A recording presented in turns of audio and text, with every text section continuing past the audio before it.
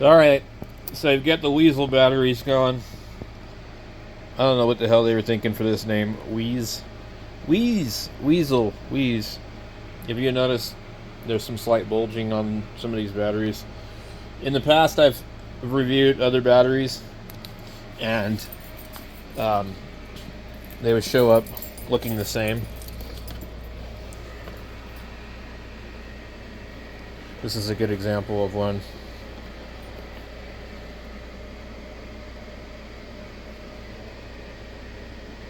Quite pronounced. So originally I got one of these, and you can see there's like a little sticker. I did a video on it, and I'll see if I can leave a link to it, but I opened it up, and what it ended up being was a bunch of cylindrical cells this way and a big piece of foam right here. And so it's actually a perfectly fine battery. In the case of my situation, Amazon told me to keep this battery, and they sent me a replacement which looked exactly like the other one. So I got 2 for 1. And now they've since discontinued these particular batteries. A lot of these companies are real fly-by-night. This is a normal one, not swelled up. So I don't know why some of them are and some of them aren't. But these ones are. I don't think it's anything to be worried about. But so you got my little meters on here. Everything's going good. The meters are a little funky. You kind of have to set them somewhere in the middle.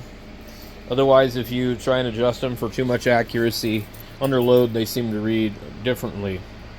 There can be like it's disproportionate to it's hard to explain, but like you're looking at 1 through 10, you need to set it at 5. Otherwise, as you get near the bottom of the scale, it reads one way. You get near the top, it reads another way. So you're just kind of splitting hairs, but they're all pretty close. I've checked them with the Fluke. I've checked them with various other meters. I've got them set to where, like, basically, let me see if I can do this one-handed. Nope. So anyway, give me a second. Now what's really funny about these is these meters, if you move the camera,